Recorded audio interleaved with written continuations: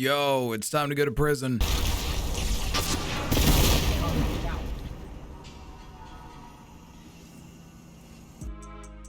Listen, I couldn't think of a good cold open for the video. I'm sorry. Yesterday's stream has absolutely fried my brain in more than one way, and it's carried over into today. But heads up, everybody. My name is SentinelGray, and welcome to the channel. I'm not kidding, though. We're going to prison, because in this strike, we're headed to the Prison of Elders with the intent to destroy a giant ball. Servitor. Whatever. So let's jump into exactly what you're going to be fighting.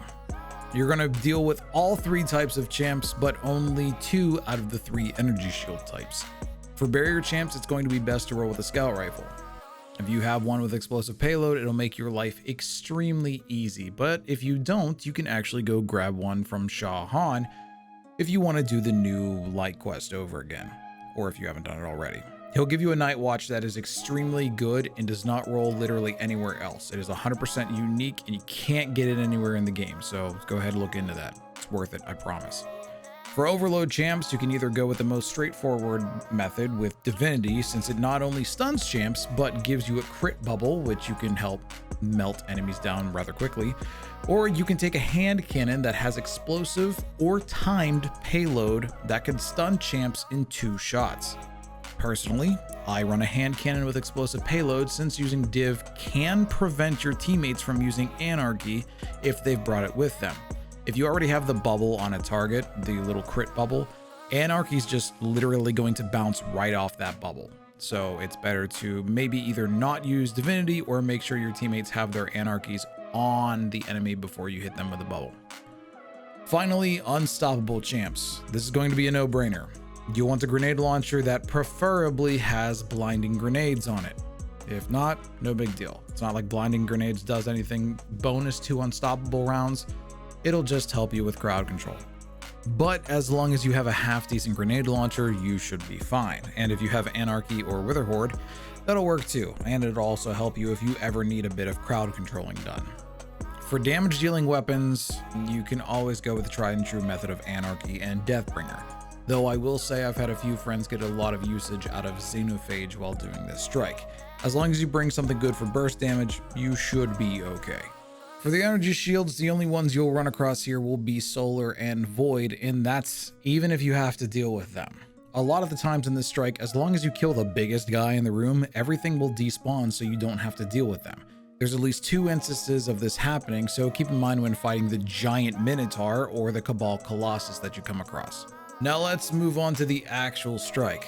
Luckily enough, there's going to be a number of times in the strike where you can take out enemies, champions, higher tier enemies, whatever the hell you want, with ease because you'll be outside their range. As long as you keep as much distance between you and them as possible, you will be okay. The first problem spot you'll probably run into is this room where there is a big Minotaur that spawns in towards the end of the fight. In this room, there are 2 barrier hobgoblin snipers on both the right and the left side of the room. Taking these guys out will make your lives leaps and bounds more easier. While 2 of you are working on that, the third person can then put their attention on the Hydra that spawns there with them, right in the middle of the room. Once these 3 enemies are gone, you are safe to move in. Once you clean out most of the room, the Minotaur will spawn and a whole bunch of enemies with it and will teleport all around. Best thing to do here is to melt him down as quickly as possible. If you have breach and clear, this will help out a lot. Once he's dead, the rest of the remaining enemies that are in the room that you haven't killed will despawn and you're free to continue on your way. Your next problem is going to likely be the old D1 Prison of Elders arena that has the mine spawn in it. Coming into this area, you're going to want to attract as little attention as possible because there is a total of 6 champs that start out in this room. The best thing to do is to clear out all the trash enemies first, who are very, very easy to deal with in comparison. The nice thing is that the champions will basically entertain themselves as long as you don't hit them too much or draw too much aggro. Once the champions are the only things that is left, you want to start working them down. And there's no real optimal way to do this since any of them can easily turn into your biggest threat. So just keep your distance and take them out one at a time and it'll be easy. After that is whenever the first bomb spawns in the room. Instead of deactivating it initially right out the gate, you will want to clear the goblins that come out of the doors to both the right and the left side of the room. Rolling up with these guys is going to be a barrier hobgoblin. Make sure you focus him directly after the goblins are taken care of. Shortly after the barrier hobgoblin is dead, there will be an unstoppable incinerator that spawns down the hall from where the barrier hobgoblin spawned. 2 of your teammates should deal with him while the third deactivates bomb A. Once that is done, you have 2 bombs remaining. There's 2 different ways you could do this. First is to have a Night Stalker Hunter on your team. They can go invisible and deactivate bomb C without having to deal with any of the enemies really that spawn there, and the other 2 members can deactivate bomb B. Really easy way to do that if you have a Night Stalker on your team. The second option is everyone moving together to deactivate bomb B, then rotating around to bomb C and use whatever supers you brought with you to either do support or crowd control the area. Supers like Silence and Squall, Ward of Dawn, Well of Radiance, the Banner Shield, whatever is going to help you survive here, use it. And that does include blinding grenade launchers. Finally, we move to the final boss room. Getting the boss to spawn though, you'll have to slay 4 champions who are all fighting each other. Most of the time they aggro on each other, so all you have to do is focus them one at a time, but be aware in case one of them starts to focus on one of your team members. Once all 4 of them are dead, our big ball boy spawns in the arena. There are 2 ways that you can deal with him. First is to cheese him, far safer than the other way.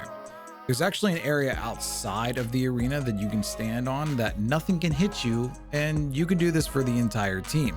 If you use this method though, I want you to be very painfully aware if you are using any explosive type weapons while doing this, because there are bars that you have to shoot through whenever doing this method. You basically have to jump up and shoot him as you do so. Be careful, you can hit the bars, you can kill yourself. And I can't really explain on how to get there with words, like into the cheese spot with words. So if you look on screen right now, this is the best way I could do this, is to show you rather than explain to you. If your whole entire team sits here, you can whittle him down over time. Anarchy's going to do great here. Any other sort of damage over time weapons are going to do great. And hell, if you can just get occasional shots off on him, just to whittle him down little by little, you guys are going to be fine. The other way is just to burst damage him to death. Using a Well of Radiance, Breach and Clear, a Thunder Crash, Titan that has Curse of the Falling Star, Deathbringer, Anarchy, and whatever the hell else high DPS stuff you can bring will be able to melt him if you have enough ammo and you can keep hitting him as soon as he spawns. Though it is very rough. There's a certain build that one of my buddies likes to use, and if you look on screen right now, you can see him using it and how fast he melts things and how he basically doesn't have to reload his Deathbringer. If you want, I can give you a whole entire video on that build. The thing is though, I don't suggest this way. Cheesing this, going to the cheese spot, is going to be far safer and a far more, I don't want to say guaranteed method, but as guaranteed as you can be to beating him. It'll just take time though, which honestly isn't that bad.